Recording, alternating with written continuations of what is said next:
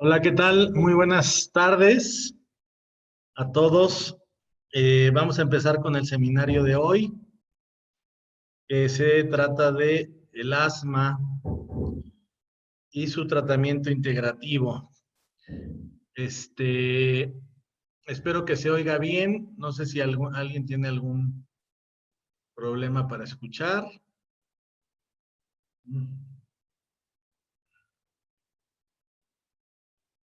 ¿Todo el mundo está escuchando bien? Perfecto. Sí, doctor, gracias.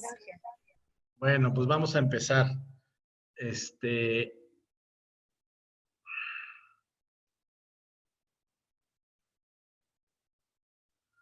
Bueno, pues el asma es una enfermedad pulmonar que se caracteriza por inflamación de las vías aéreas, por obstrucción de las mismas, generalmente reversible, ya sea espontáneamente o en respuesta a un tratamiento. Además, se considera una hiperrespuesta de las vías aéreas a diferentes estímulos, no solamente los estímulos alérgicos, sino vamos a ver otro tipo de estímulos. Es una enfermedad muy importante porque afecta al 12% de la población con una tendencia a incrementarse. La mortalidad es poco frecuente, aunque sí hay casos de mortalidad y es un síndrome porque presenta muchas causas diferentes. Hay una variedad de factores predisponentes y de causas, e inclusive de diferentes tipos de asma que vamos a comentar durante la plática. ¿Por qué ocurre Dice que no escucha nada, está Liz, pero el micrófono aquí marcas que está saliendo bien el sonido.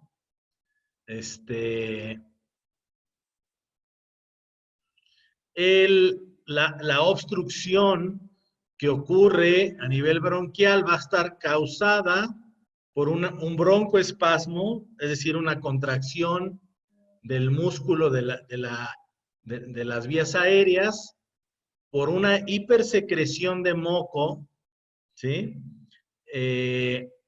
Y con el tiempo, en algunos casos,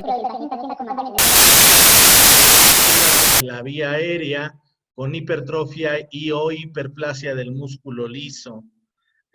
Crece el grosor del músculo liso y puede empezar a haber inclusive depósito de colágena como una fibrosis, por decirlo de alguna manera, que va ocurriendo con la cronicidad y va haciendo que la vía aérea sea más gruesa y esto pues no contribuye a que haya un buen flujo de aire por la vía aérea, ¿no? Ajá. Bueno, vamos a pasar a la siguiente. ¿Cuál es la patogénesis del padecimiento? Pues, como decíamos al principio, es un estado inflamatorio en las vías aéreas y este estado inflamatorio puede ser de características de una respuesta alérgica o de otro tipo de respuesta inflamatoria. La alérgica, como los que son médicos saben, pues se caracteriza por una infiltración de eosinófilos que son parte de las células blancas, pero características de las reacciones alérgicas, pero también pudiera darse otro tipo de infiltraciones inflamatorias. En general, si pensamos en la parte alérgica, pues tenemos células como los eosinófilos que ya comenté, o como las células mastoideas, que van a producir sustancias como la histamina, que produce extravasación de líquido, ¿verdad? En el tejido. Los leucotrienos, que también participan en la contracción del músculo liso. Al reducirse la luz, el grosor de los bronquios, pues va a haber síntomas como sibilancias. Ajá. Estos leucotrienos también participan en la inflamación y en esta hiperrespuesta bronquial. Y como hemos hablado en algunos otros temas del sistema inmune, no solamente las células, sino las sustancias que producen estas células van a adquirir una importancia fundamental, como en este caso, algunas interleucinas. Ahorita vamos a hablar sobre los tipos de respuestas que se ven inflamatorias en estos pacientes, pero hay interleucinas, como la que está aquí dibujada, la 4, la 5, que pueden participar en la formación de esta inflamación que ocurre en estos pacientes. Acuérdense que las interleucinas, ahora llamadas citoquinas, son las que han llamado hormonas, entre las que para que las células del sistema inmune se comuniquen entre ellas. Y ahora se ha visto que, bueno, hay otras células, además del sistema inmune, que las producen y participan en coordinar toda la respuesta inflamatoria. Antiguamente, desde hace 80 años, Rackerman sugirió que existían dos tipos de asma, la llamada extrínseca y la llamada intrínseca. Es decir, como que la que era ocasionada por un factor de adentro y otra que venía de afuera, así como la causada por un polen o un alergeno que alguien respirara o algo así. Hoy en día ya no se habla en estos términos, pero podríamos decir que existe una asma con un fuerte componente de respuesta inmune TH2 o de baja respuesta TH2. ¿Qué es el TH2? Es un tipo de linfocito helper. Quiero recordarles que de los linfocitos helper, los linfocitos ayudadores, son aquellos que coordinan toda la respuesta inmune, que le dan órdenes a otras células para que se empiecen a activar, son muy importantes. Y en este caso, los TH2 son los principales que van a coordinar la respuesta de tipo alérgico. Entonces, tenemos que hay pacientes que sus componentes, tanto celulares como de sustancias que se producen, como las citoquinas y algunas otras sustancias, son de tipo alérgico, y a esto le llamamos una respuesta tipo TH2. Pero resulta que hay otros pacientes que no presentan todos estos datos que nos hagan pensar en que la respuesta es alérgica y sin embargo presentan una respuesta inflamatoria. Entonces vamos a ver que hay pacientes que tienen todos los datos de una respuesta alérgica y otros pacientes que no los tienen tan claros. Dice aquí el asma alérgico, en donde la obstrucción e inflamación se desencadena por la exposición a alergenos, es decir, a sustancias que producen una respuesta alérgica en individuos con características genéticas para levantar este tipo de respuesta. Es la forma más común y más estudiada de esta enfermedad. Bueno, ¿cómo inicia esta respuesta? Pues inicia por las células epiteliales del epitelio bronquial de las vías aéreas, que van a liberar sustancias como la linfopoyetina, sustancias como la interleucina 33 o la interleucina 25, cuando se ponen en contacto con estos alergenos, vamos a decir, por ejemplo, el polen de alguna flor. Entonces, al ponerse en contacto, liberan estas sustancias e inicia la respuesta. Aquí les tengo un dibujo donde podemos ver a estas células que tenemos aquí arriba, que si las observan, ya muchos dirán, se parece a un macrófago. Sí, efectivamente, son células, se les llama en la vía aérea dendríticas. Son células presentadoras de antígenos. ¿A quién se lo presentan? A las células T helpers, células TH.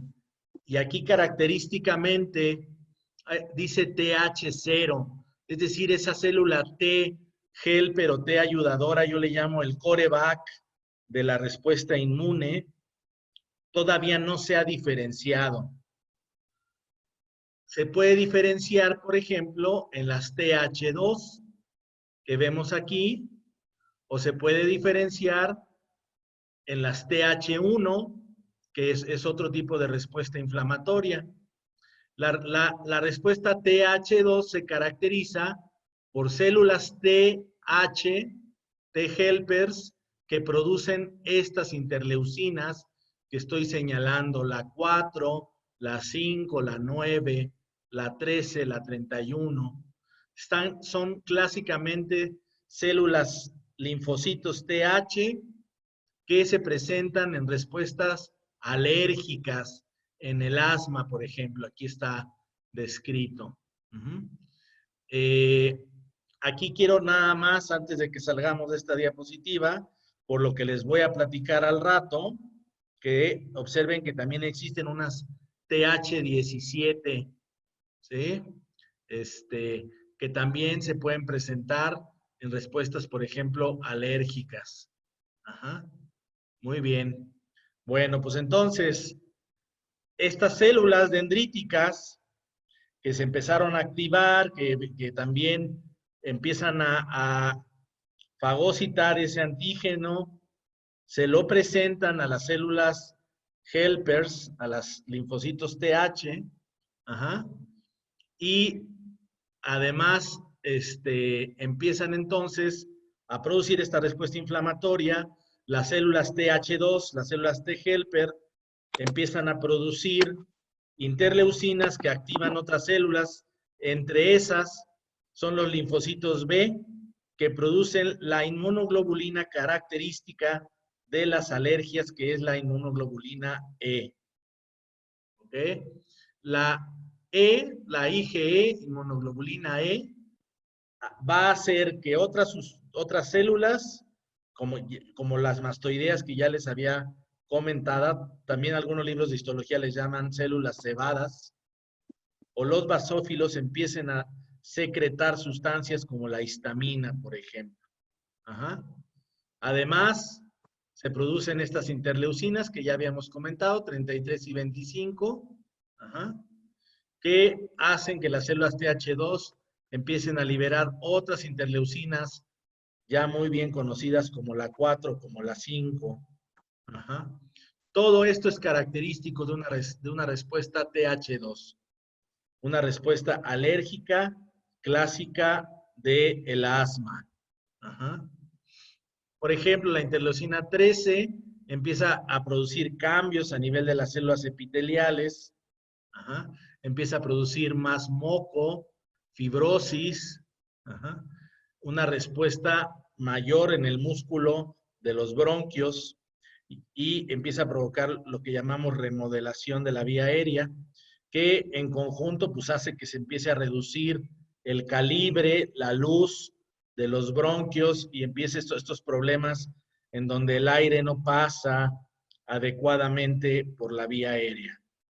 Uh-huh. Entonces, espero haberme explicado que la respuesta TH2, la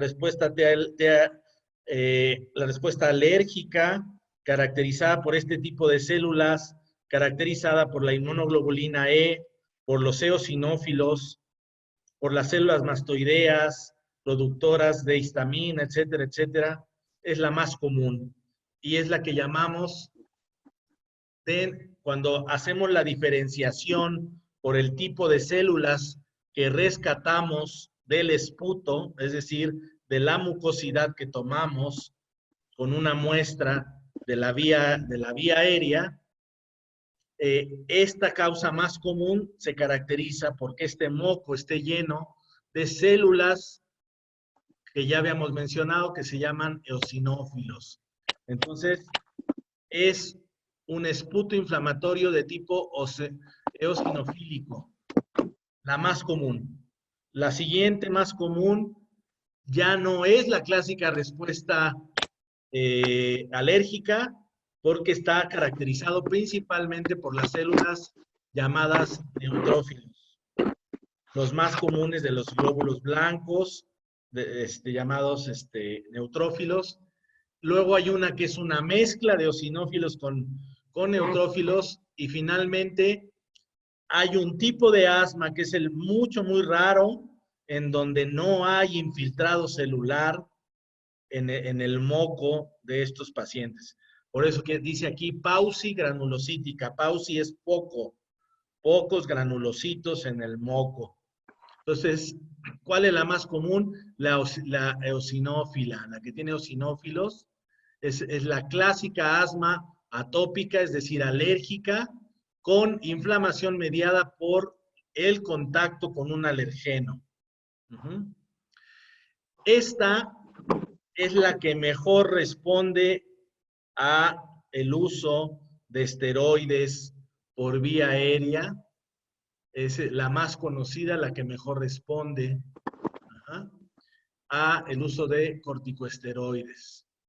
Bueno, pero hay otros casos en donde están este infiltrado de neutrófilos, no es la infiltración de clásica alérgica, hay una inflamación aguda o crónica de la vía aérea, se presenta principalmente en la obesidad, en fumadores, en gente expuesta a factores irritantes como la contaminación y muy comúnmente en pacientes con un asma severa o durante exacerbaciones agudas del asma.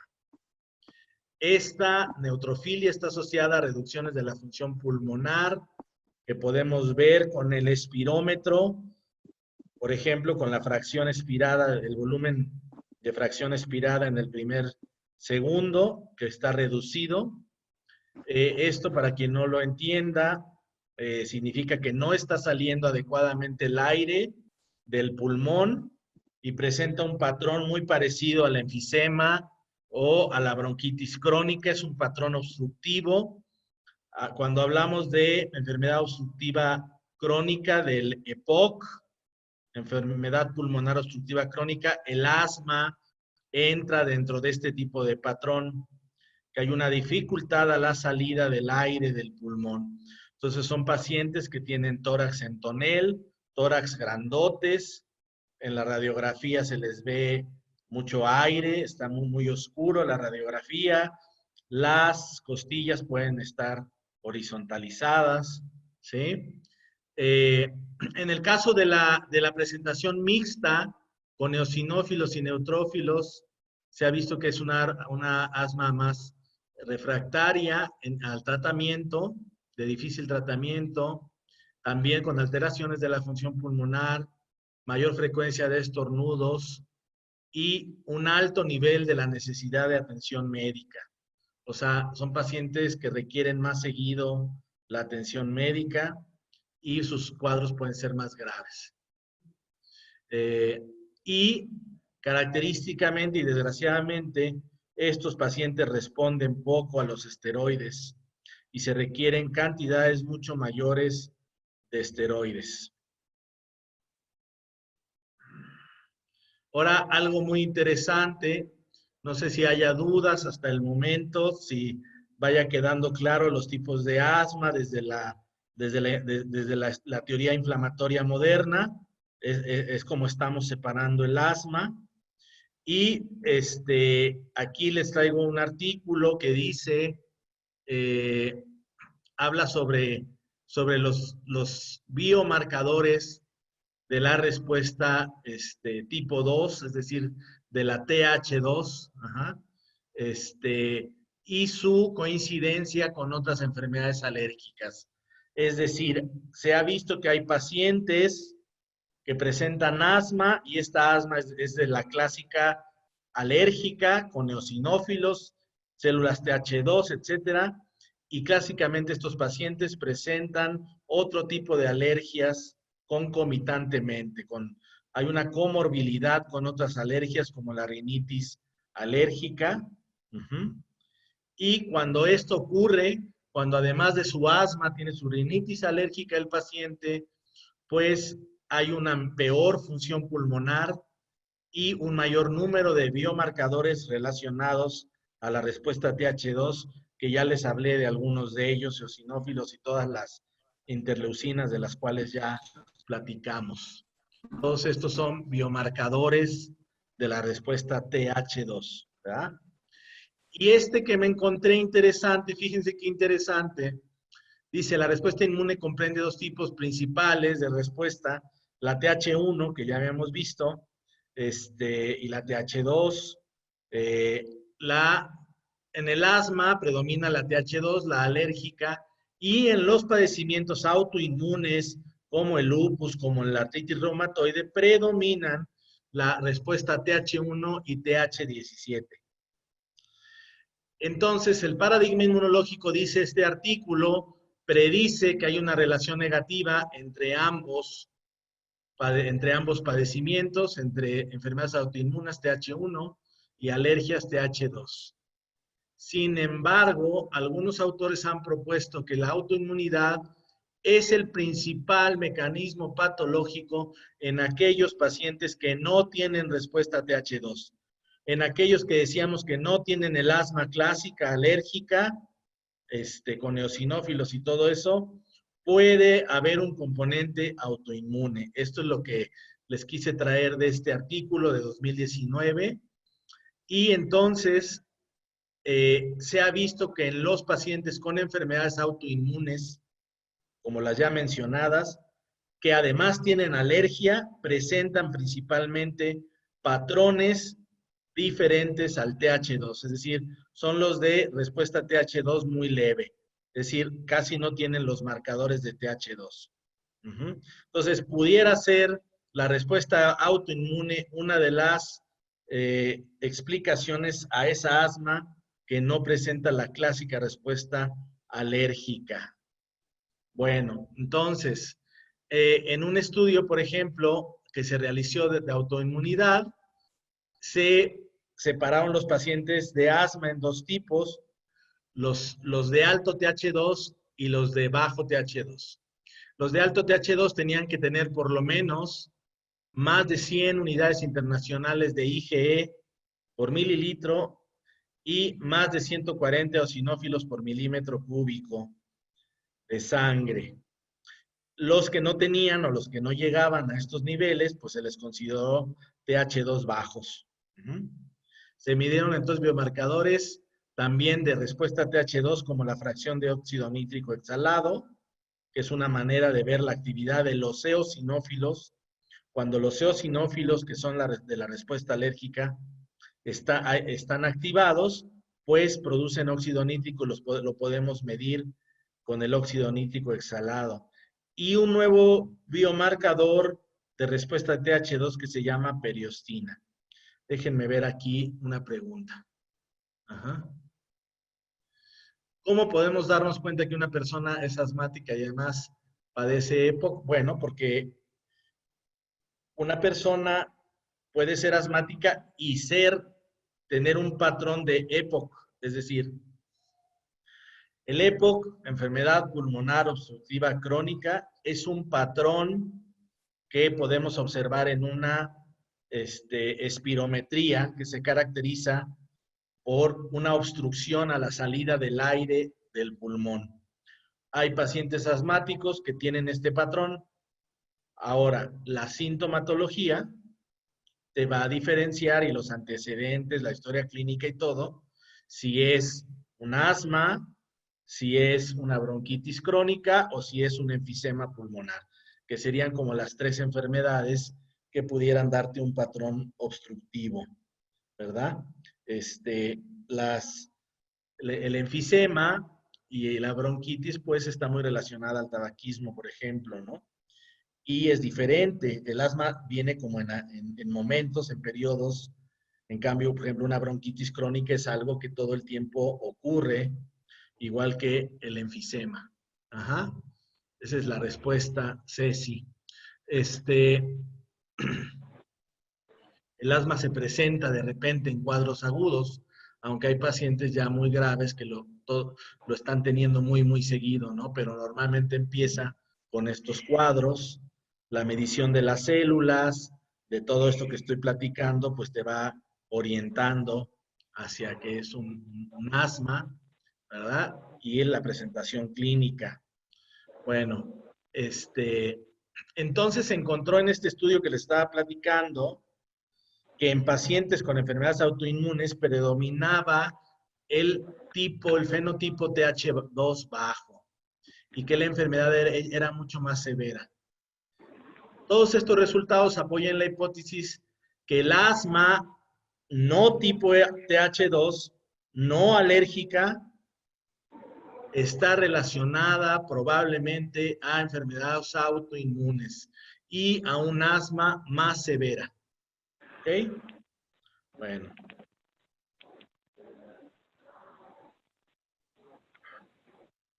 Esta es la que llamaban intrínseca antes, ¿no? Bueno. ¿Qué factores de riesgo hay? A ver, pregunta Rocío.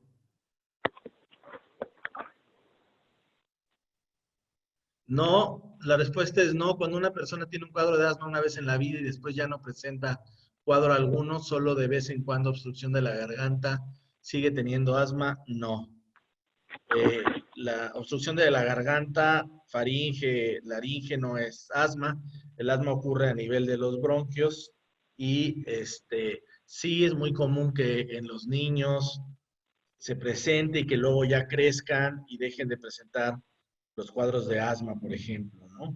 Hay mucha gente que ocurre así, hay otros que desgraciadamente continúan en la vida y antes de los 2 años recuerden que la enfermedad similar al asma se diagnostica es la bronquiolitis y que muchos niños con bronquiolitis pues es más probable que desarrollen asma posteriormente. Bueno, entonces, ¿qué factores predisponentes hay? La atopia, es decir, las alergias. Una persona con otras alergias tiene más probabilidades de desarrollar un asma. Factores genéticos, bueno, de eso hay mucho. Por ahí revisé un artículo, ya no se los puse en la presentación, pero ya está claramente el cromosoma, el alelo y todo de los más relacionados a la presentación de asma y eso. O sea, sí hay en algunos pacientes un componente genético importante. Factores causales, pues alergenos de todo tipo, dentro de la casa, ácaros, residuos de insectos, pólenes que llegan de afuera, hongos. Ya habíamos dicho cuestiones ocupacionales, por ejemplo, de agentes que trabajan con ciertos materiales que les puede provocar esa respuesta inflamatoria. Las infecciones virales que pueden desencadenar también. Hay pacientes que hasta con un ejercicio grande pueden desencadenar un ataque de asma. Las infecciones respiratorias, el bajo peso al nacer también está relacionado, la contaminación y desde luego el uso del tabaco. ¿Mm? Lorena no escucha. Todos creo que siguen escuchando bien, ¿verdad? Sí. Órale. Hay que subirle ahí a la ¿cómo se llama? Ah, ya. Factores que desencadenan un episodio, pues lo que estábamos viendo, alergenos, infecciones, ejercicio, la hiperventilación, algunos alimentos, sobre todo con conservadores y aditivos. Algunos fármacos pueden desencadenar una reacción alérgica, químicos, un estado emocional importante, cambios climáticos, factores contaminantes o aspiración de sustancias irritantes. Bueno, esto es todo lo biomédico, etcétera. Quise traerles también los datos de la psicología, que para nosotros en la medicina integrativa es muy importante, ¿verdad? Se han estudiado factores desencadenantes del asma, es un artículo que no puse la referencia, pero es un artículo de psicología del asma. Factores desencadenantes ya vimos, infecciosos alérgicos, ejercicio, pero también factores psicológicos que exacerban los problemas del asma, como emociones fuertes, el estrés y patologías psiquiátricas como la depresión, la ansiedad y los ataques de pánico. Las patologías psiquiátricas que se han visto relacionadas con el asma principalmente son la depresión, la ansiedad, los ataques de pánico y el abuso de sustancias. ¿Cuál es más frecuente de todas? La depresión. La depresión es mucho más prevalente en pacientes asmáticos que en pacientes no asmáticos. ¿No? Y fíjense, se pueden presentar hasta síntomas, no diagnóstico de depresión, pero síntomas depresivos en un 50% de pacientes asmáticos. Nunca se me va a olvidar y siempre para mí tuvo una relación importante, algunas personas cercanas que eran niños y que su papá era alcohólico y que tanto la esposa como los dos niños presentaban ataques de asma, ¿no? Y pues ahí el factor emocional era importante. Bueno, igual en el adolescente, la prevalencia de depresión en el adolescente asmático es del 16.3%, mientras que los que no son asmáticos solamente se presenta en 8.6%. Ajá. Si además dice el 20.7% de los pacientes asmáticos fumadores entre 11 y 17 años padecen depresión, o sea que todavía el cigarro le agrega un poquito más al asunto. Ajá. La ansiedad también importante en los pacientes adolescentes, más común que en los pacientes no asmáticos, ¿verdad? También la gravedad del asma está en relación a los síntomas depresivos. Ajá. La depresión aumenta el riesgo de padecer un estado asmático, es decir, un asma que no cede fácilmente, continua, además de que incrementa la posibilidad de muerte súbita. Esto, bueno, se especula que los pacientes depresivos y asmáticos también tienen poco apego al uso de sus medicamentos. Y todo esto también se confirma porque el uso de los antidepresivos tricíclicos en pacientes asmáticos mejora la sintomatología del asma y requieren menos uso de esteroides inhalados. ¿Recuerdas tu nombre?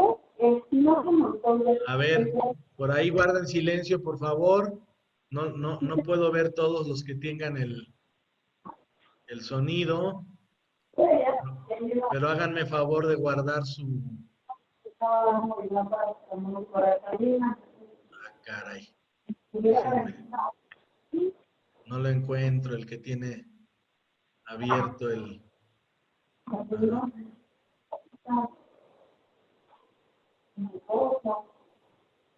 La persona que acaba de entrar y que tiene abierto su micrófono, favor de apagarlo. No lo encuentro. Bueno. Entonces... No se da cuenta que le estoy diciendo. Apaguen su micrófono, por favor, aquella persona que tenga el micrófono prendido.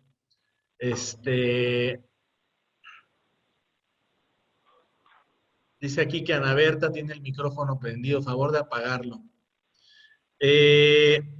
Bueno, este modelo psicológico es muy interesante. Se completa con el modelo de Miller de desregulación autonómica, que dice que en factores psicológicos hay una repercusión sobre todo en el sistema nervioso autónomo de estos pacientes, pacientes con depresión, con desesperanza, con enojo, estimulan vías autonómicas diferentes a otro tipo de pacientes. Entonces, en este modelo, por ejemplo, se ve, o lo que propuso Miller, es que dice, en pacientes asmáticos con depresión se estimula la vía parasimpática a través del nervio vago y es causante en buena medida de la respuesta asmática. Ajá. En cambio, los pacientes que no están deprimidos, se estimula más bien una vía simpática para la respuesta aérea, ¿no? Esta es una hipótesis de este autor, ¿no? Además, desde el punto de vista ambiental, también siguiendo con el aspecto psicológico, se ha mencionado que los pacientes asmáticos de nivel socioeconómico bajo tienen mayor riesgo de exacerbaciones. Ajá. También una mayor respuesta inflamatoria, esto medido por interleucina 5, interleucina 3 y eosinófilos. Es decir, mientras más pobre se es, pues peor le va con el asma. También se han visto factores como la escolaridad de los padres, el desempleo, la exposición a ambientes violentos y contaminados, ya sea en la casa o en el vecindario, como causantes o aumentadores de la sintomatología del asma, familias disfuncionales, eh, las características de los padres, por ejemplo, padres que están deprimidos también, todo esto también hace que haya un menor apego al tratamiento, ¿verdad? Y presentaciones de asma más graves. Bueno, ¿cuál es el diagnóstico? Pues la disnea, la dificultad para respirar con el estetoscopio, se escuchan sibilancias, hay una sensación de opresión torácica, tos, puede haber inclusive interrupción nocturna del sueño, ataques recurrentes con factores específicos. Llega un momento en que el paciente ya sabe cuáles son los factores, por ejemplo, los alergenos o los factores que desencadenan el cuadro de asma. Ajá. Y claro, una forma diagnóstica es que tengan respuesta al tratamiento habitual del asma, ¿verdad?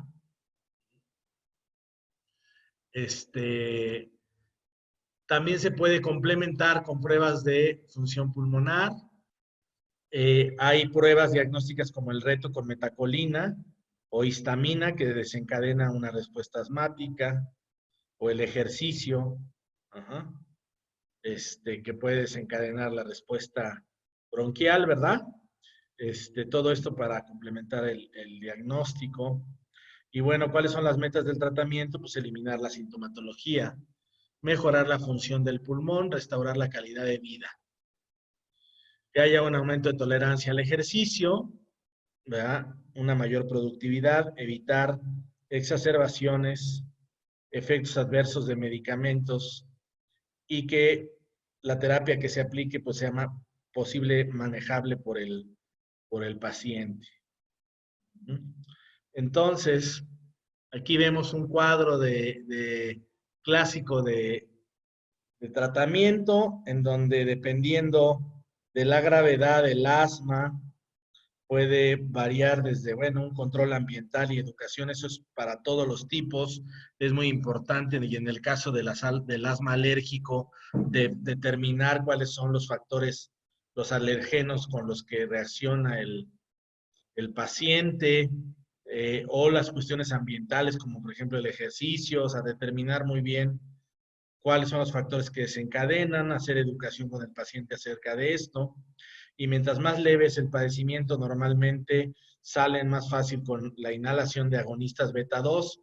Para quien no sepa, los receptores beta 2 son receptores adrenérgicos presentes ahí en los bronquios que responden a la noradrenalina que secreta el sistema nervioso simpático en los bronquios, ¿verdad? Entonces, estos agonistas beta 2 van a ayudar a la broncodilatación. Y mientras el asma es más leve, mejor van a reaccionar.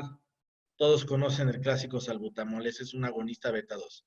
Bueno, y mientras más grave es el padecimiento, va a requerir más corticosteroides inhalados, ¿verdad? Hoy en día ya hay más medicamentos, ya hay cosas modernas, como los modificadores de la respuesta de los leucotrienos, que ya habíamos platicado, que son células que que son sustancias producidas por algunas células, ajá, y que también los bloqueadores, por ejemplo, de receptores de leucotrienos y todo esto, están contribuyendo a más bien son bloqueadores de su formación, de la producción de los leucotrienos.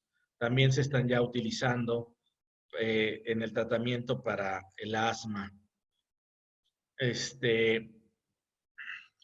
Entonces, bueno, pues depende del asma, si es nada más un asma intermitente, de vez en cuando se presenta, o ya es persistente, leve, o moderada, o severa, pues va a ir requiriendo más medicamentos, ¿no?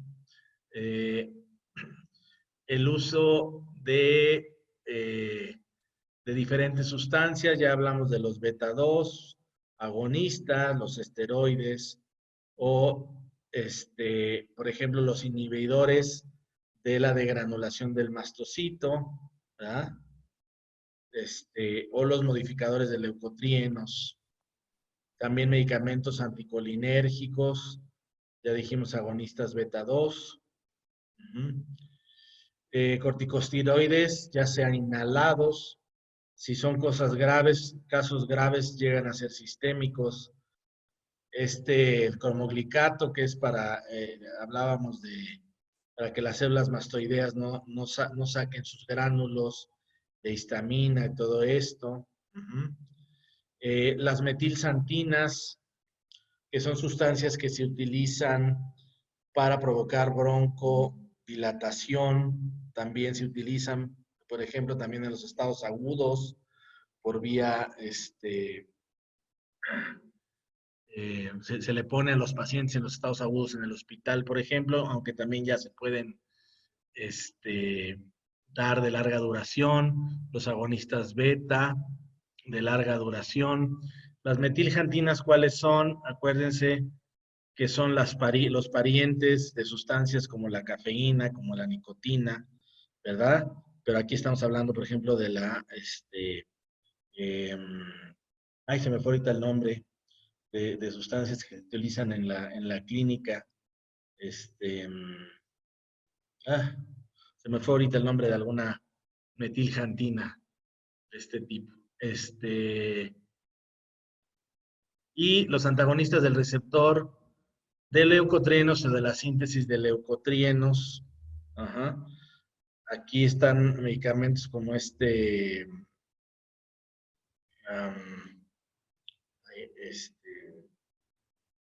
Montelukast, que algunos ya lo han escuchado por ahí. Es un medicamento bien interesante porque antes funcionaba por otra cosa, es decir, es de los medicamentos que hoy en día ya se sacan por la tecnología computacional, porque, bueno, les platico el caso del Montelukast, que me lo platicaron en farmacología, que el Montelukast se utilizaba para otra cosa totalmente diferente, no me acuerdo para qué, pero como ya se tienen bien descritos muchos receptores, desde el punto de vista ya tridimensional y molecular, se van relacionando bases de datos de receptores con fármacos y la computadora te dice si ligan o no. Y la computadora descubrió que el Montelukast, que era usado para otra cosa, probablemente pudiera funcionar para estos receptores. Exacto, aminofilina. Muchas gracias, Jorge. Y bueno, y se probó el Montelukast en pacientes asmáticos y funcionó.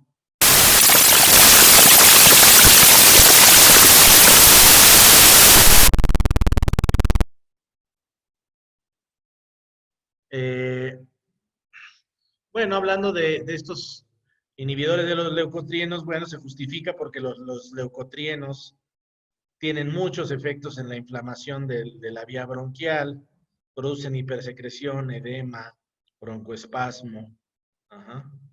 Se han visto que están ahí en este tipo de pacientes y bueno, son participantes importantes de la vía inflamatoria, ¿no?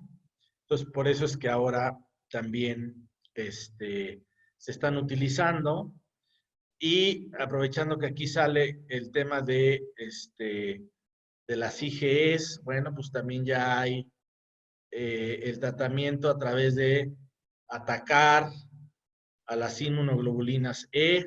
Entonces hay anticuerpos monoclonales dirigidos contra inmunoglobulina C.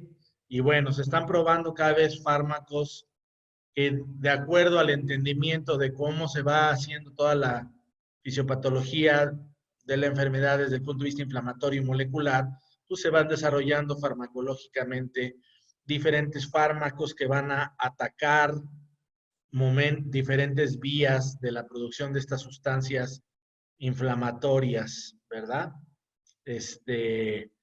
Bueno, esto en cuanto a fármacos convencionales, ¿no? Ajá.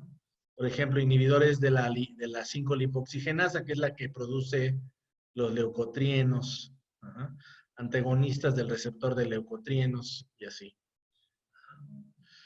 Bueno. Esto es lo mismo. Bueno, vamos a ver.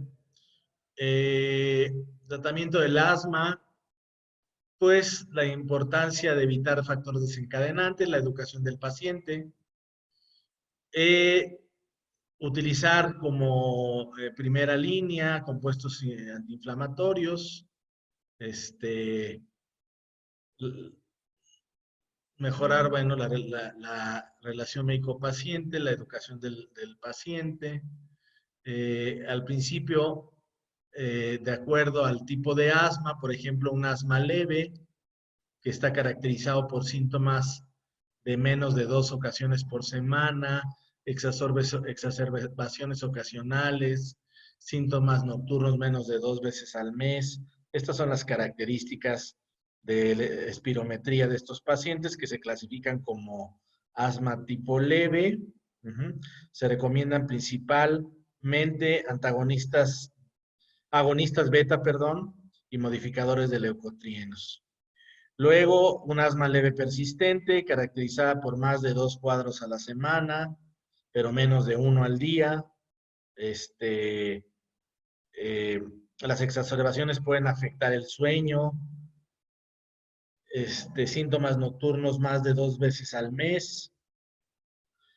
Y bueno, datos de la espirometría característicos. Aquí dice que más o igual a un 80% de la fracción de expiración, de volumen de expiración.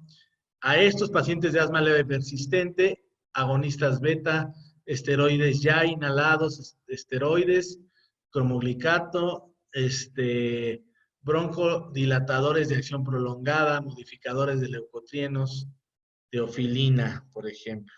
Y así, de acuerdo a la gravedad del paciente, que la podemos ver por el número de ataques y de exacerbaciones, así como datos alterados de la espirometría, va a ir aumentando o van a irse variando el tipo de medicamentos que se deben de utilizar, ¿no? Finalmente, de este tratamiento biomédico convencional, les decía, los anticuerpos ya monoclonales dirigidos contra las IgE, que ya están siendo investigados, y hablando de las citoquinas que hablamos al principio, como la interleucina 5, la 4, pues ya se están desarrollando moduladores de la citoquina o bloqueadores de los receptores de las citoquinas, ¿no? Entonces se van a hacer nuevos medicamentos para controlar el asma.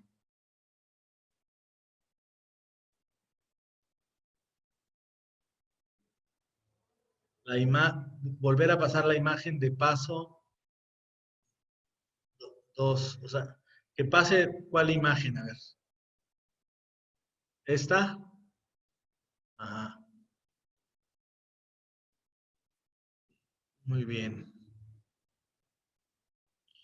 Bueno, a ver, algo de esto. Ah, la anterior a esa. A ver. Ahí está.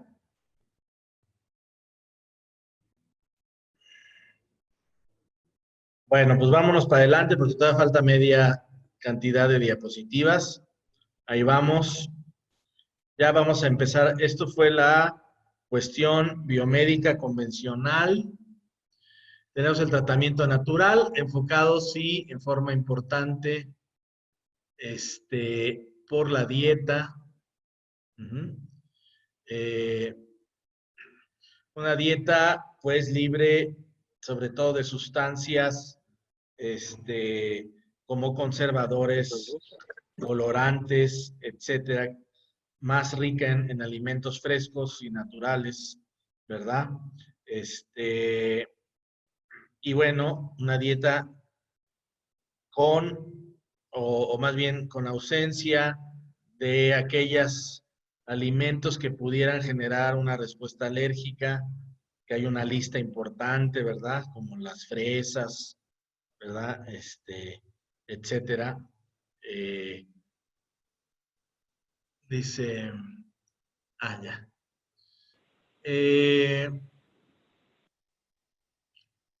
Dice que si es difícil iniciar, es recomendable hacer un ayuno para romper la adicción a ciertos medicamentos.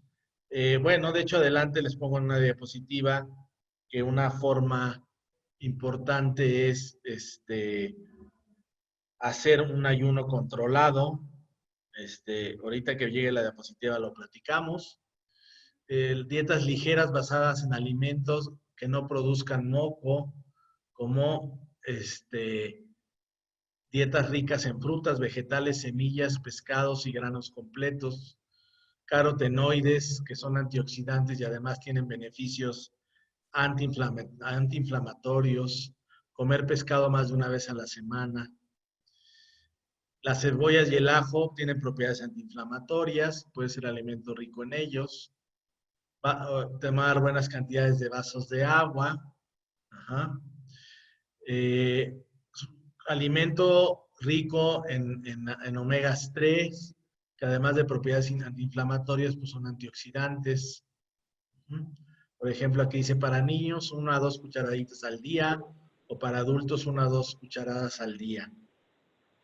Voy a avanzar y no voy a contestar ahorita porque nos estamos deteniendo mucho. Alimentos a evitar, alimentos alergénicos, azúcar, comida chatarra, alimentos refinados y fritos, no comer alimentos con aditivos, alimentos ahumados,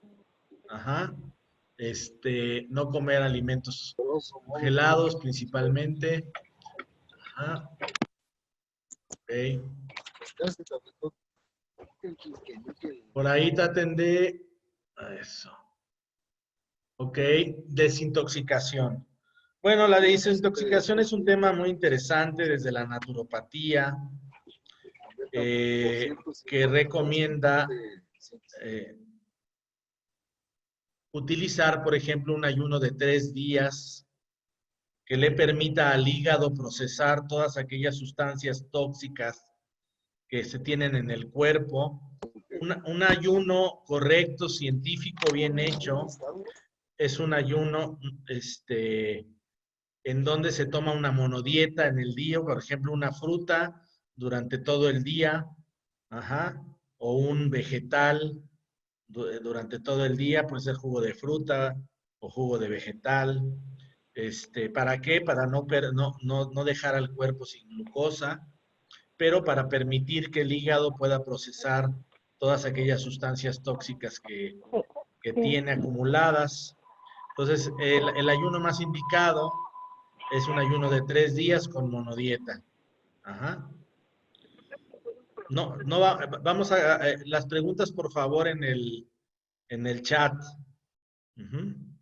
Y al final abrimos ya las preguntas por vía, con sonido, ¿no? Bueno, ¿qué medidas generales se pueden tener desde la visión naturista? El uso de vitamina B12, que se ha visto que disminuye los síntomas de asma, 1500 microgramos en forma oral al día. El uso de vitamina D, también con buenos resultados, 100 a 200 miligramos al día. La N-acetilcisteína también ayuda para, como antioxidante y para disolver el moco de los bronquios de estos pacientes. El licopeno, acuérdense, sustancia tipo carotenoide del jitomate. Se ha visto que reduce también el asma inducida por el ejercicio, 30 miligramos al día. El ginkgo biloba, 120 a 240 miligramos de un extracto estandarizado. Siempre hago la insistencia que el ginkgo biloba tiene que ser un extracto estandarizado. porque el ginkgo biloba se requiere concentrar de 30 a 60 veces para que tenga propiedades, propiedades terapéuticas. Si no, no te sirve de nada. Bueno, la quercetina, que es una sustancia derivada de varias plantas medicinales, se puede tomar 100 miligramos 3 veces al día. Ajá. Les voy a platicar aquí, déjenme ver aquí el chat. Ya están poniendo cosas. Este es un artículo de revisión sistemática que les preparé para la plática de medicina complementaria alternativa en asma, en donde hicieron una revisión de artículos de diferentes terapéuticas alternativas para el tratamiento del asma. Y bueno, recuérdense que las revisiones sistemáticas son de importancia porque son artículos que ya hablan de medicina basada en evidencia, es decir, van fortaleciendo la idea de qué terapia funciona o sirve para algún padecimiento, ¿no? Y bueno, la introducción del artículo se me hizo interesante. Dice, hace más de 3 décadas, el doctor Arthur Kleiman le recordaba a los clínicos que las personas tenían más opciones para tratar las enfermedades, no solamente los tratamientos biomédicos convencionales. Desde entonces,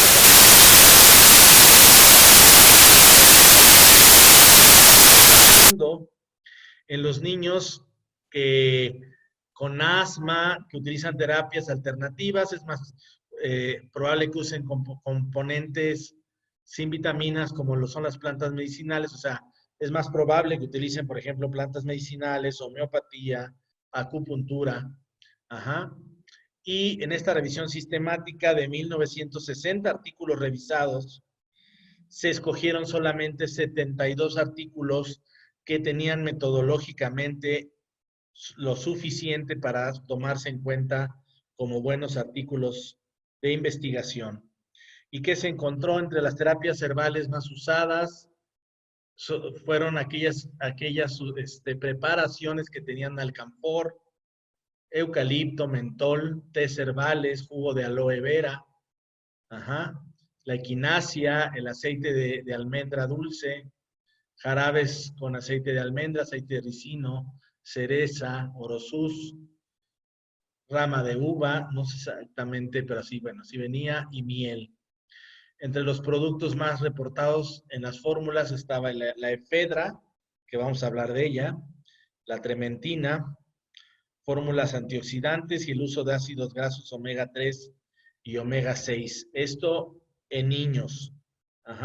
En adultos principalmente formulaciones con manzanilla, menta, equinacia, productos de efedra, así como café y té, por su contenido de metiljantinas, que ya dijimos que ayuda a la broncodilatación.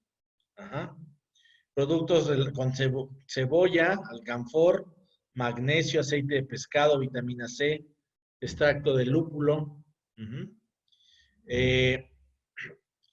Los autores que dicen que puede ser riesgoso de esto, hay algunas plantas como la equinacia o la manzanilla que forman parte de una familia que se llama Compositae, que puede producir reacciones alérgicas en algunos pacientes.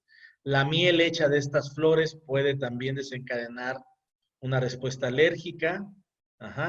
Y el ma huang, que es el nombre chino de la efedra, puede tener un efecto sinérgico con algunos agonistas beta como el albuterol. Aquí me detengo para platicar, bueno, ya un poquito de la efedra, aunque vamos a ver después. La efedra, la planta antiasmática más reconocida en el mundo, forma parte originalmente de la herbolaria china. Es una planta que se ha utilizado para extraerle muchos medicamentos agonistas de receptores adrenérgicos, como la efedrina, ¿verdad? La pseudoefedrina, cosas que ustedes conocen en los fármacos. Pues bueno, resulta que la efedra, desde el punto de vista de la medicina tradicional china, siempre se utilizó en fórmulas en donde no solamente se utilizaba la efedra, sino un montón de plantas más. De esa manera sus efectos adversos pues se ven diluidos con las demás plantas de la fórmula. A nadie se le ocurría en su uso tradicional que la iban a separar de la fórmula y la iban a empezar a dar solita, y eso ocurrió en los Estados Unidos. Empezaron, y como tiene efectos adrenérgicos, y las anfetaminas, por ejemplo, utilizan receptores adrenérgicos para llevar a cabo su efecto hipotalámico, pues se les hizo fácil que el Ma Huang, la efedra, fuera utilizada para bajar de peso, uso que jamás se le dio en la herbolaria tradicional. ¿Y qué pasó? Que algunas personas empezaron a tener problemas cardiovasculares, algunas chamacas que querían bajar de peso empezaron a tener problemas cardiovasculares, hubo muertes, y sobre todo si se combinan con otras sustancias adrenérgicas, y bueno, se prohibió la efedra en Estados Unidos por usarla inadecuadamente, no como la tradición siempre había dicho por miles de años.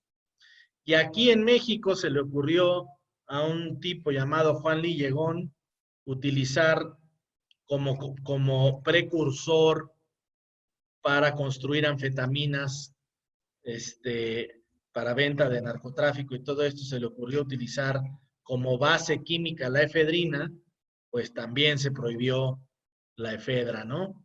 Entonces, en un acto bastante poco inteligente, porque la planta como tal, utilizada en fórmulas y en forma natural, como siempre se ha utilizado por miles de años, pues es inocua y no produce estos efectos. Sin embargo, pues ya saben, la autoridad luego dice, bueno, pues lo prohíbo. Y se acabó una de las plantas más reconocidas en el mundo para el asma, que es la Ephedra sinensis, también llamada Ma Huang. Y bueno, también les platico siempre que aquí tenemos nuestra Ma Huang mexicana, y se llama gordolobo. Y el gordolobo, además de quitar la tos y todo eso, pues resulta que también tiene un efecto broncodilatador en las vías aéreas. Entonces, pues si no tenemos efedra, pues tenemos gordolobo. Y bueno, el oro sus puede también, el oro sus es interesante, que también se utiliza mucho. eh, el nombre común antiguo era el regaliz, ahora le llamamos oro sus. Es la Glycyrrhiza glabra, que es una planta medicinal muy utilizada en todo el mundo. La pueden conseguir aquí en Farmacia París, ¿no? Se ha utilizado para varias cosas, nada más recuerden que tiene una sustancia que se llama ácido glicirricético, que se parece al cortisol y a la aldosterona, es decir, parece glucocorticoide, y puede potenciar el efecto de los esteroides, ¿no? Nada más son cosas de cuidado que pudieran causar problemas. Y el aceite de trementina, que luego se utiliza en preparados tópicos, o sustancias como el Big Vaporub y todo eso, que nada más se ponen tópicamente, no pueden ser eh, ingeridos, porque ingeridos pueden ser sumamente tóxicos. Ajá. Otras terapias populares desde el punto de vista de la medicina corporomental, otra de las ramas importantes de la medicina alternativa, tenemos que se ha utilizado para el asma, son los ejercicios respiratorios, la oración, las técnicas de relajación. La relajación puede ser desde enseñada sola a los niñitos o junto con el aparato de biofeedback o con técnicas de imaginería guiada. Y se ha visto que la relajación inducida por biofeedback se ha asociado con mejorías en la función pulmonar de estos pacientes, disminuciones en sus grados de estrés, depresión y ansiedad. Mientras que la relajación con imaginería guiada ha mejorado la función pulmonar y ansiedad. La hipnosis también en 2 estudios ha mostrado una reducción en los síntomas y las escalas de severidad del asma pero sin mejoría en el número de episodios de asma o en las pruebas de función pulmonar. Ajá. El Regaliz en Farmacia París se llama, es Regaliz, sí les dije, Orosus. ¿Mm? Era antes del advenimiento del azúcar, hace más de un siglo, que empezó a ponerse de moda, lo que se le daba a los niños eran los dulces de regaliz. Es una, es una ramita dulce. Digo, si la comparas con el azúcar de hoy en día, pues no, hombre, se la lleva por calle, ¿no?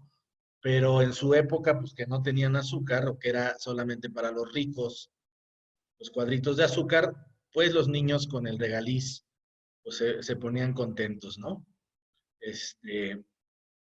Bueno, en adultos, técnicas corporomentales usadas en asma incluyen el Qigong, la oración, la relajación. Han demostrado en artículos científicos la mejoría en el bienestar y la función pulmonar de estos pacientes, así como la reducción de los síntomas, pero no, dice, no se ha visto reducción en los niveles de cortisol después de esto, es decir, en los niveles de estrés medido desde la sangre, ¿no? Los sujetos que usan programas de biofeedback o imaginería guiada requieren menos tratamiento para el asma, mejoran su función pulmonar. Otras terapias estudiadas son el yoga, la meditación, la musicoterapia. Y algunos estudios han mostrado que, por ejemplo, algunas yogasanas, es decir, posturas o pranayamas, técnicas de meditación, de respiración, y la meditación aumentan la relajación en estos pacientes, disminuyen la necesidad de los medicamentos, pero no han demostrado que cambien las funciones o los datos arrojados por el espirómetro, ¿verdad? Por las pruebas de función pulmonar. También se han utilizado técnicas de manipulación corporal, manipulación espinal, masaje, que se ha demostrado que reduce el dolor, el estrés y facilitan la relajación. Algunos estudios han mostrado que el masaje reduce la ansiedad en los niños con asma, los niveles de cortisol, es decir, el estrés de estos niños y su actitud hacia el asma, así como ha demostrado que mejora la función pulmonar. Mientras más joven es el niño, mejores resultados tienen estas técnicas. Y se encontró un estudio bien hecho en donde la manipulación con quiropráctica mejoraba la calidad de vida de los niños con asma, sin mejorar las pruebas de función pulmonar. En el caso de adultos, solo se encontró un buen estudio de terapias de manipulación corporal con tratamiento craneosacral, en donde comparaban el tratamiento craneosacral con la acupuntura, con la combinación de ambos, contra un grupo control y contra la terapia convencional. Y se encontró que mejoraban entre los 3 grupos de tratamiento alternativo la calidad de vida de los pacientes con asma. ¿Cuál fue el mejor? La acupuntura combinada con el tratamiento craneosacral. ¿Sí? En el caso de los llamados sistemas complejos de medicina, como la medicina tradicional china, ayurveda y homeopatía, así como la naturopatía europea, son los más ocupados para el asma, y entre las terapias energéticas, las más utilizadas para el asma son el uso de magnetos, el Reiki y el llamado toque terapéutico, que es una técnica más, muy similar al Reiki. Bueno, fitoterapia para el asma. Hay un montón de plantas, nada más voy a tocar algunas, ya con muchas pruebas científicas, ¿verdad? La medicina herbolaria pues tiene muchos miles de años de antigüedad, se han utilizado varias plantas en varias culturas para problemas bronquiales, inflamatorios.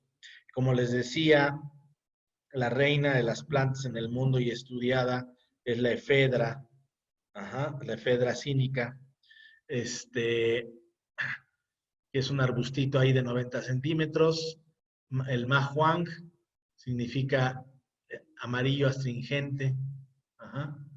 Es una planta llena de alcaloides que le da ese sabor amargo, ¿verdad? Y tiene muchas sustancias ya conocidas como la efedrina, pseudoefedrina, norefedrina, norpseudoefedrina, etcétera, que ya se sabe muy bien cómo son agonistas beta 2, o en los vasos sanguíneos, agonistas alfa. Bueno, aquí nos interesa que lo que produce es broncodilatación. ¿Mm?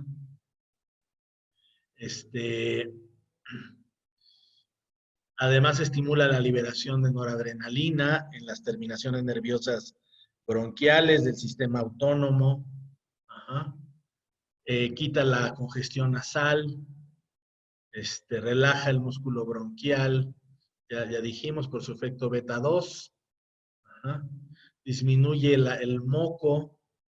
Tiene varios componentes que actúan a través de varias vías para padecimientos como el asma, ¿no? O también te serviría para la rinitis alérgica, etcétera. Nada más a mí lo que me interesa siempre es dejarles claro que desde el punto de vista de la medicina tradicional china, en donde la efedra se usa ya desde hace miles de años, porque la puedes encontrar desde el libro del soberano de la agricultura, siglo II antes de Cristo, pues nunca se ha utilizado solita, se ha utilizado en fórmulas magistrales. Eso reduce cualquier peligrosidad que tenga, ¿no? Entonces, usarla sola, pues con mucho cuidado, porque tiene alcaloides muy potentes, como ya se los dije, y mal usados, ¿verdad? Como para bajar de peso, que no tiene nada que ver con el tratamiento para el cual se ha utilizado siempre la efedra. Efectos adversos, puede haber temblor, palpitaciones, y súper contraindicada en pacientes con problemas cardiovasculares porque tienen este efecto beta y alfa adrenérgico. Ajá. Pacientes con hiperplasia prostática les va a ocasionar todavía más problema. Y bueno, aquí se ha utilizado, bueno, esto lo saqué de la Comisión Alemana, en cómo la recomiendan. Hay varias fórmulas de la medicina china que utilizan la efedra para pacientes asmáticos. Bueno, el ginkgo biloba. El ginkgo biloba, que ya también se le conoce muy bien sus sustancias. Acuérdense que es un árbol muy bonito porque tiene 200 millones, no, perdón, 2 millones de años de antigüedad, 200, no me acuerdo. Es una planta prehistórica, la única de su familia que todavía existe. Ajá. Dice, claro, doctora, era lo que decíamos, que en el asma de tipo alérgico hay una mayor comorbilidad con otro tipo de alergias como la rinitis, claro que sí, de acuerdo con su pregunta. Pueden pasar de una atopia a otra, ¿verdad? Bueno, este árbol maravilloso de muchísimos años de antigüedad es casi una cuestión de la prehistoria, ¿no? Este árbol tiene muchas sustancias muy, muy buenas, ya reconocidas. Ajá. El único problema del ginkgo, que siempre les insisto, no les sirve de nada, como viene por ahí en un multivitamínico, ¿verdad? Para que el ginkgo tenga efectos buenos, se concentra de 30 a 60 veces, se tiene que estandarizar para que sus principios activos estén bien concentrados y tengan un efecto terapéutico. Entonces, bueno, bloquean factores inflamatorios que provocan broncoconstricción o inflamación. Entonces, tiene una utilidad ahí. La artemisa, acuérdense que hay varios tipos de artemisa, aquí tenemos varios en México. Es el famoso estafiate, ¿verdad? Propiedades antitusivas, antiasmáticas, expectorantes, antagoniza la broncoconstricción, tiene un efecto de larga duración, tiene sustancias ya bien definidas. Aquí les pongo algunas. Esta que me gusta, la drosera, que está bien chistosa, muy rara, esta planta, ya la Drosera rotundifolia, ajá, que previene el broncoespasmo inducido por la secreción por la liberación, perdón, de histamina antiespasmódica, ya muy estudiada para el asma también. Ajá. Son solo ejemplos de unas plantas porque, bueno, ya hay muchísimas plantas estudiadas. Aquí les traje este artículo de 2016, evidencia de productos naturales derivados de hierbas en todo el proceso inflamatorio producido en el asma. Ajá. Entonces, varios componentes de plantas medicinales afectan los mecanismos celulares reconocidos para la inflamación en las enfermedades pulmonares. Ajá. Pueden alterar la migración celular, las citoquinas inflamatorias, las metaloproteinasas, que son enzimas que destruyen, por ejemplo, a la elastina, a la colágena, al ácido hialurónico, son las llamadas metaloproteinasas. Factores transcripcionales que también, sustancias que los bloquean, o sea, actúan por varias vías. Aquí les traje nomás una tablita, un pedacito del artículo para mostrarles sustancias clásicas que hay en muchas plantas, ajá, como la luteolina, por ejemplo, la quercetina, en diferentes plantas medicinales, el eugenol, son componentes activos que se presentan en diferentes plantas medicinales y como ya se ha demostrado en diferentes estudios farmacológicos, cómo reducen interleucinas, bloquean producción de factores inflamatorios, alteran, por ejemplo, el que se activen ciertas células inflamatorias, etcétera. Y abajo algunos ejemplos de plantas y su efecto farmacológico ya demostrado en modelos de asma, como el Astragalus membranaceus, que es una maravilla de planta para muchas cosas, el astrágalo, ¿verdad? La Punica granatum, creo que es creo que es la granada, ¿verdad?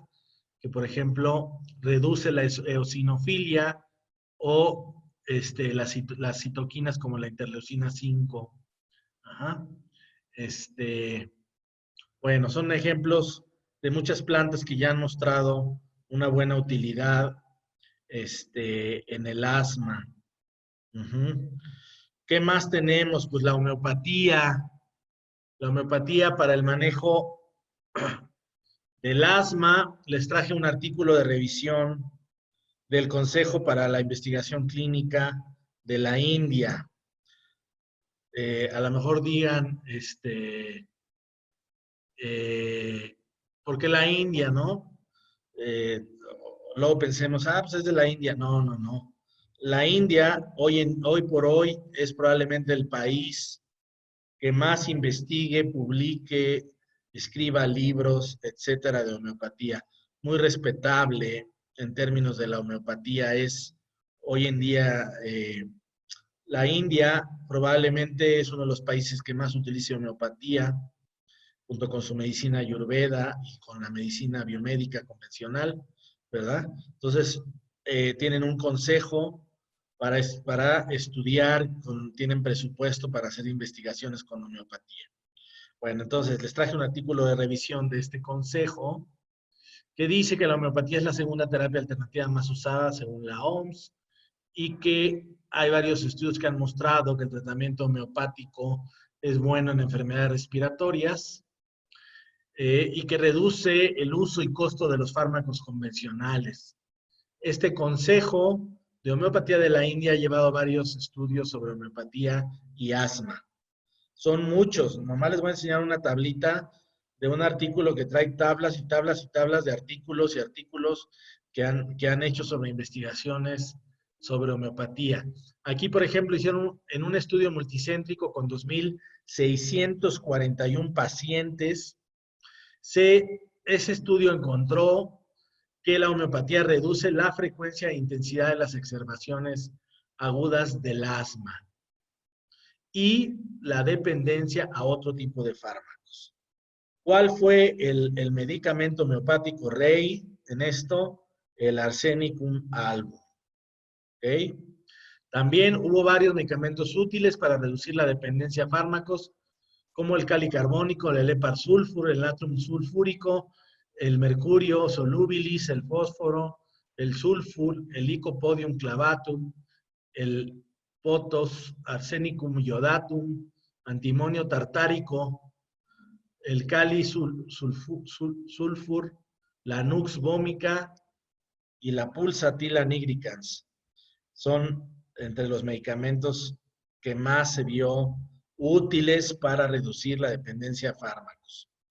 Y aquí les pongo un pedazo de las tablas en donde se ven los autores, el título de la publicación, el tipo de diseño, cuántos pacientes y los efectos encontrados en los pacientes con asma, etcétera. Esto es solo un cuadrito de varios cuadritos de muchas investigaciones que han hecho estos personajes.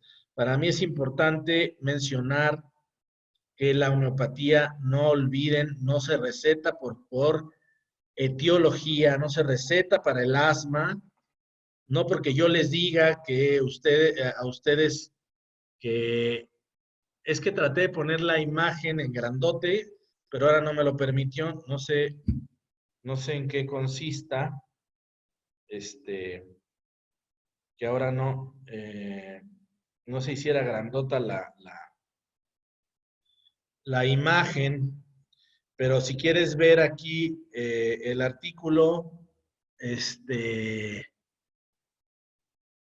vamos a ver, ahí está. El título del artículo lo pueden bajar ustedes del internet si lo quieren conocer. Lo dejo ahí mientras les digo lo que les estoy diciendo. El que yo les diga que el Arsenicum album es el medicamento que mejores efectos ha mostrado, no significa que asma es igual a Arsenicum album.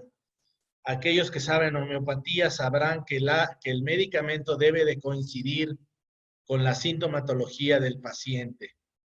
No podemos abandonar el principio de similares. La homeopatía tiene varios principios y uno de sus principios básicos es el de similares. Se da el medicamento que presenta la sintomatología similar al cuadro que está presentando el paciente. Entonces, así se escoge el medicamento.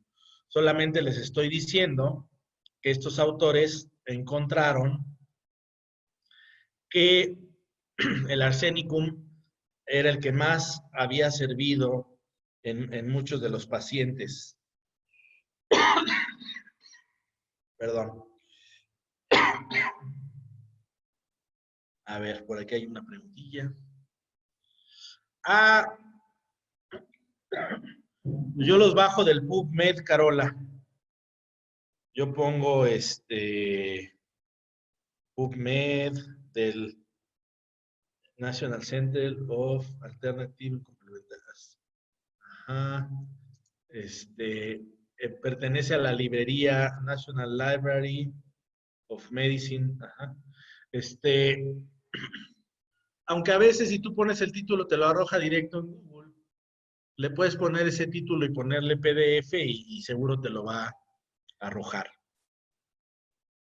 Bueno, entonces dicho eso, en la homeopatía, pues ya les enseñé ahí que hay mucha investigación y se ha demostrado muy buenos efectos con la homeopatía.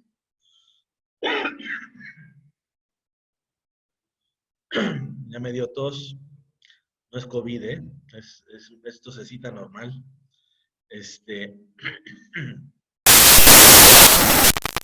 Pero bueno. Vuelta a la página. Ozono. Bueno, pues les traigo un artículo de 2005 de Frank Hernández, que ya lo tuvimos aquí en la escuela, dando un curso de ozono, y otros autores que hicieron un estudio muy interesante en pacientes con asma, tratada por un año en 3 ciclos de 5 a 6 meses cada uno, con 3 protocolos de tratamiento con ozono. Autohemoterapia mayor, ya sea de 4 o 8 miligramos, 15 sesiones cada ciclo, o rectal, 10 miligramos, 20 sesiones cada ciclo. Ahorita hablamos de la dosis, ¿no? La función pulmonar y la sintomatología mejoró mucho en los pacientes. Sin embargo, los mejores resultados se obtuvieron con la autohemoterapia mayor a 8 miligramos. Ahora sí, yo insisto, hace poquito me habló un alumno que me hablaba sobre el suero ozonizado. Por favor, si aprenden ozono, vénganse a aprender con nosotros. El suero ozonizado ya no se usa, ya no se usa, ya no se usa. Y bueno, ¿cómo les digo que ya no se usa? El suero ozonizado jamás va a sustituir a la autohemoterapia mayor.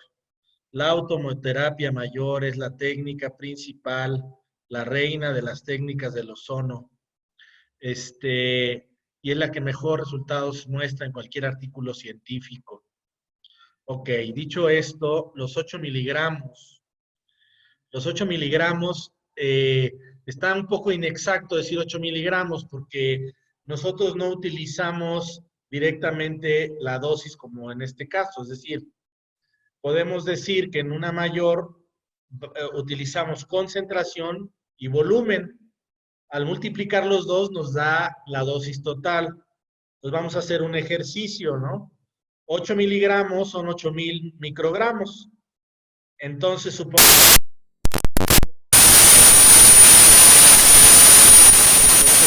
sería algo, digamos, adecuado, óptimo en este caso. Claro, siempre recuerden que al principio, y más en un paciente crónico, hay que empezar con concentraciones menores. Pero bueno, supongamos que estamos en 30 microgramos por mililitro. ¿Cuántos mililitros tendríamos que meter para alcanzar los 8 miligramos? Es decir, los 8,000 microgramos. Tendríamos que agarrar la calculadora, como yo ahorita, 8,000 microgramos entre 30, quiere decir que ellos utilizaron 266 mililitros. Ajá. Y si, bueno, si tomamos en cuenta que normalmente la mayor se pueden usar hasta 250 mililitros, estamos hablando de que usaron más o menos una concentración de 30 microgramos, y 250 mililitros de gas, que es la misma cantidad de sangre, ¿verdad? La sangre, la sangre en mililitros se le pone la misma cantidad en mililitros de ozono. Entonces, podríamos pensar que a lo mejor a estos pacientes les dieron 250 mililitros a 30 microgramos por mililitros de concentración. Ahora, si pensamos que lo que queremos es una respuesta inmunosupresora, por lo menos tendríamos que llegar a los 40 microgramos por mililitro. Es decir, de 40 para arriba, acuérdense que nuestro tope en una mayor son 60, de 40 a 60 empezaríamos a obtener una respuesta más inmunosupresora, que sería lo que nos interesa en este tipo de pacientes. Pero siempre he de decir, y para aquellos que utilizan ozono en forma empírica, mucho cuidado. Nunca se empieza con concentraciones tan altas al inicio. Hay que ir subiendo poco a poco hasta que el paciente va tolerando el ozono. Si no, vamos a hacer iatrogenias y van a creer que el ozono no sirve. Mejor tomen un buen curso de ozono. Es maravilloso para esta y muchas enfermedades. Bueno, pasando la hoja, pasando la página, les traigo un artículo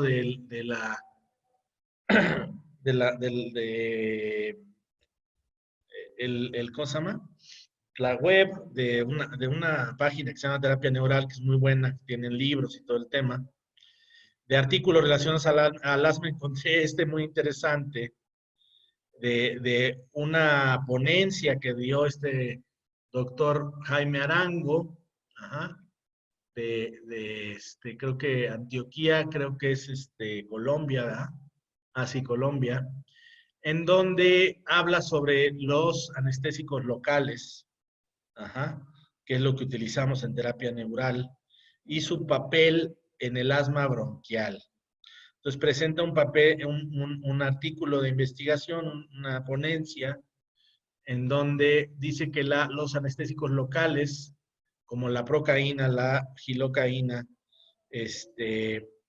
aplicados tópicamente en la mucosa, ajá, rápidamente va a bloquear a nivel de la submucosa eh, la degranulación de eosinófilos, mastocitos, tiene efectos antiinflamatorios en el epitelio de las vías aéreas, estabiliza la membrana de diferentes células, impidiendo o disminuyendo la liberación de citoquinas.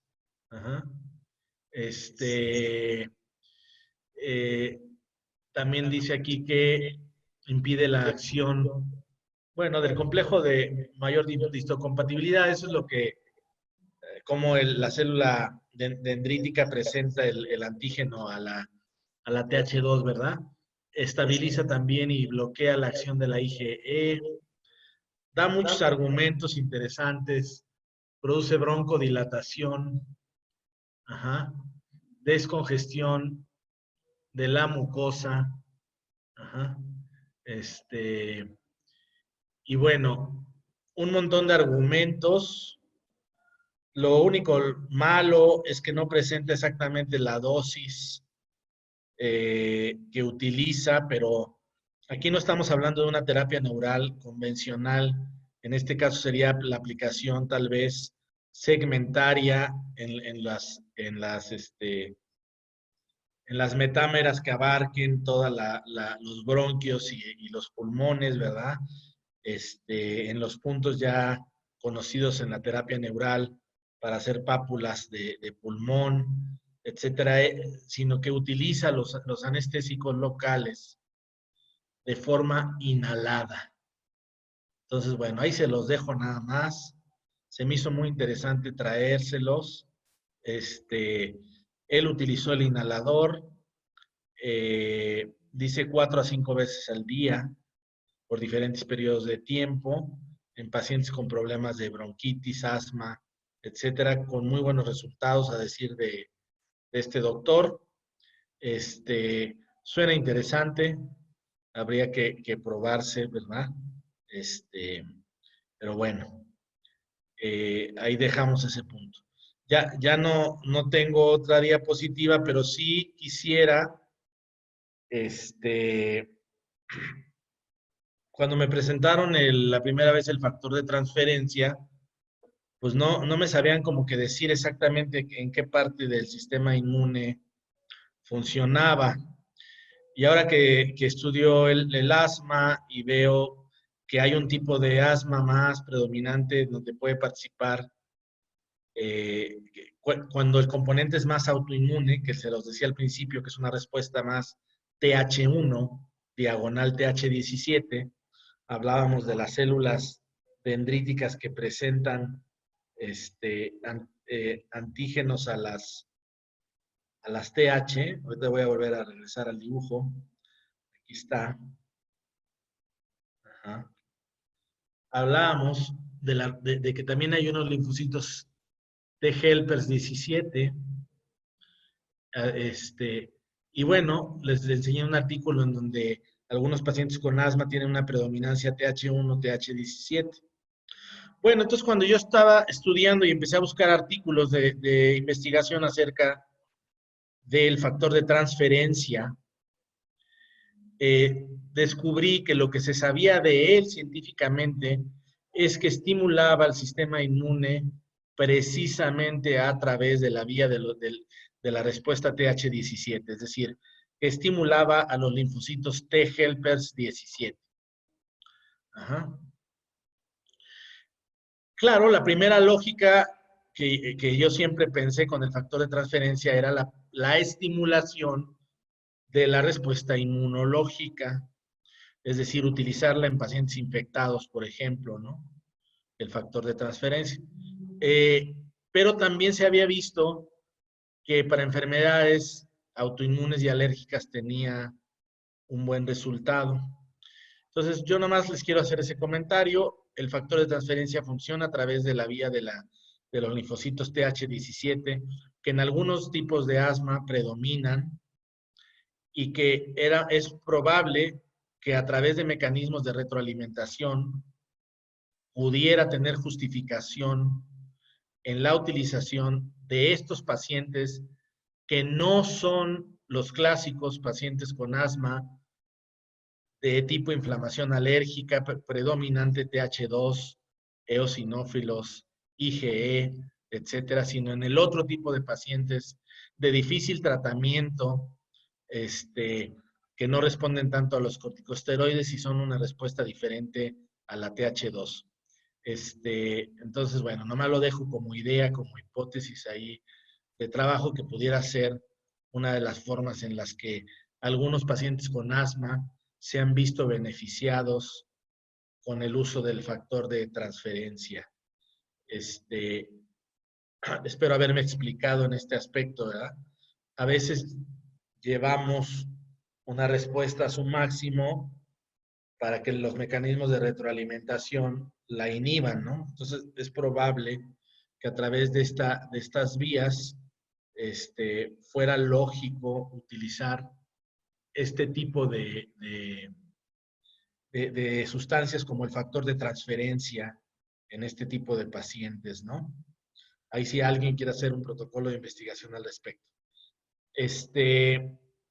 Bueno, no sé si y ahora sí pasemos a preguntas o comentarios. Lo que ustedes gusten. Déjenme quitar la presentación. Como no sé si gusten hacer alguna pregunta o comentario mientras voy quitando esto.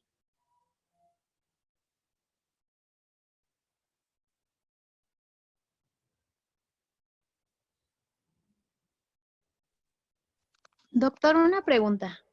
Adelante. ¿Cómo recomendaría usted una hemovacuna, como con cualquier terapéutico neural? O sea, bajo su punto de vista, ¿a qué porcentaje lo haría? Y como cuántas sesiones le podría dar a una persona. Bueno, la hemovacuna desde la terapia neural no es de uso ortodoxo, es decir, lo más ortodoxo clásico en la terapia neural es simplemente poner 1 mililitro de la procaína diluida o de la gilocaína dentro de la vena y fuera de la vena, o sea, perivenoso e intravenoso. La concentración pues varía de acuerdo a las personas, pero va alrededor del punto 38 al punto 5, ¿no? De concentración.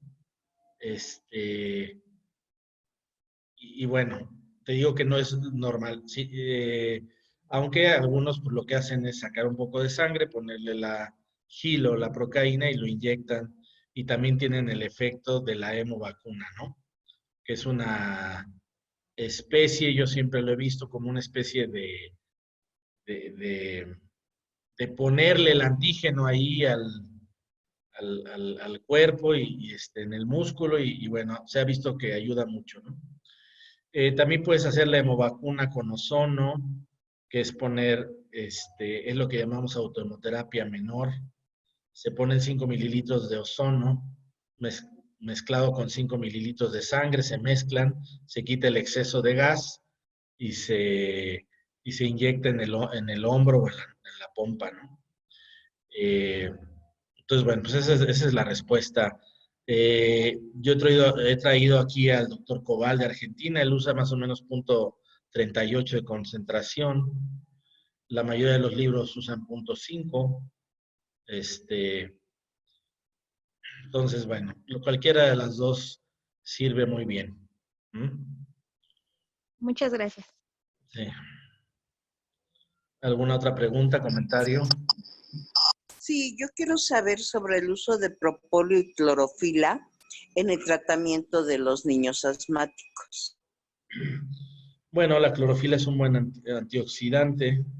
En general, los antioxidantes ayudan en la disminución de la respuesta inflamatoria, aunque no directamente, sino a través de reducir los radicales libres que siempre están participando en una respuesta inflamatoria. El propóleo, no me acuerdo ahorita cuál es el mecanismo exactamente de acción, pero no me acuerdo muy bien. Ahí sí te fallo. No sé si alguien sabe el mecanismo de acción del propóleo, si es broncodilatador o qué es lo que ayuda en vía aérea. Pero de la herbolaria mexicana, yo te diría que el gordolobo, específicamente para el asma, es muy bueno, además de plantas como el eucalipto, ¿verdad? Que ayuda a producir más moco, es decir, a fluidificarlo, ¿no? El jengibre también, que bueno, no es de la mexicana, pero pues ya es algo internacional, ajá, que también ayudaría, pero el gordolobo ha mostrado efectos broncodilatadores, es decir, ayuda a que se abre esta vía aérea, y si le das alguna otra planta que fluidifique el moco, pues le va a ayudar. Ajá. Ya vimos los factores que ocurren: producción de moco, broncoconstricción e inflamación, ¿verdad? De la vía aérea. Claro, esto sería para un mantenimiento de una persona asmática, digamos, para ayudarle a que disminuyan los cuadros o que sean tan graves, etcétera. Para el tratamiento agudo, esa es una situación de peligro, de riesgo, y lo más importante ahí sería la utilización de fármacos convencionales, aunque el tratamiento alternativo va a ayudar a la disminución de las exacerbaciones o de la gravedad de los cuadros que se presenten, ¿no? Pero un asma puede ser una urgencia médica, eso debe de quedar claro, y aunque la mortalidad es baja, puede matar a una persona un ataque de asma. Bueno. ¿Algo más?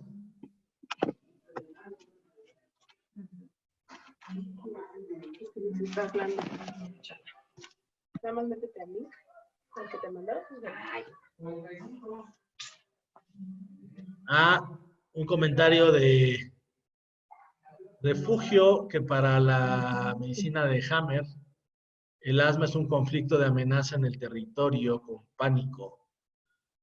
Por ejemplo, niños que vean pelear a sus padres, pero para cada persona su conflicto es único. Sí, pudieras entenderlas desde un punto de vista muy psicodinámico como algo que te está impidiendo respirar, ¿no?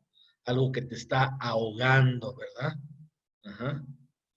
Y por eso les quise poner la parte psicológica, porque sí, claramente hay componentes psicológicos en los niños, sobre todo con asma, ¿no? Cuando maduran, muchos de estos niños, y ya ven las cosas diferentes, también ya tienen menos episodios de asma. Muy buen comentario. ¿Algo más? Perdón, doctor. El doctor Olimpo Rodríguez escribió en 1996 sobre el propóleo y el asma bronquial por la compañera que quería saber sobre ello. Sí. Y ahí explica la experimentación y lo que hicieron. No recuerdo bien el estudio, pero sí es de 1996 y es por un alergólogo que se llama Olimpio Rodríguez, que es del IPN, me parece. Perfecto, Ceci. Y aquí Norma está escribiendo que el propóleo es un antibiótico. Fíjense qué interesante, pero aquí vendría más al caso el propóleo en los tipos de asma desencadenados por infecciones respiratorias, que no son todos. Es decir, acuérdense que el asma clásica es un alergeno, ¿verdad?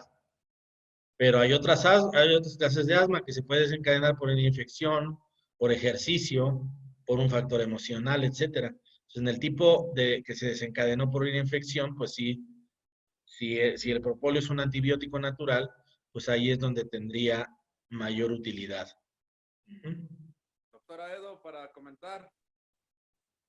Adelante. En la medicina tradicional china se considera que provienen del pulmón por antecedentes de tristeza o depresión severa. La emoción tristeza genera cambios importantes a nivel del sistema inmunológico y lo deprime. Entonces es el antecedente de la medicina tradicional china. Y quería preguntarle cómo es la administración en miligramos. A ver, eso último no lo escuché, es que se oye otro ruido. ¿Cómo es que?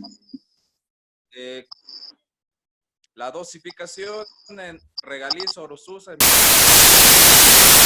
miligramos es lo que se prescribe generalmente. Bueno, yo te recomendaría que si usas herbolaria uses mejor fórmulas. Por ejemplo, una fórmula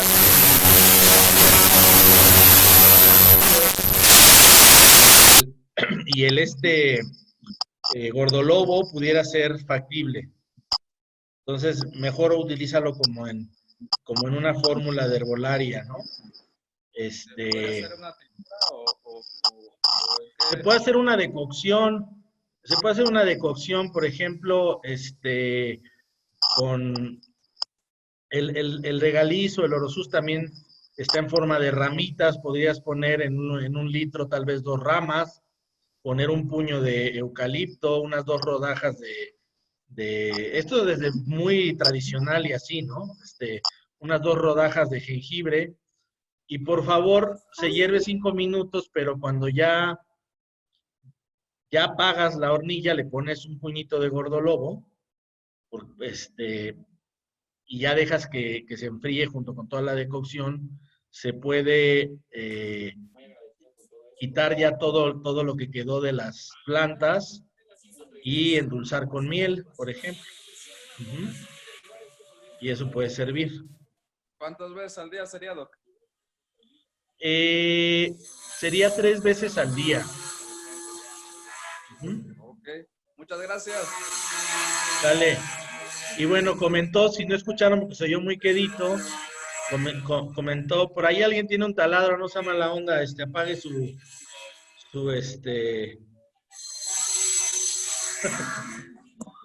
y es que no los puedo ver todos.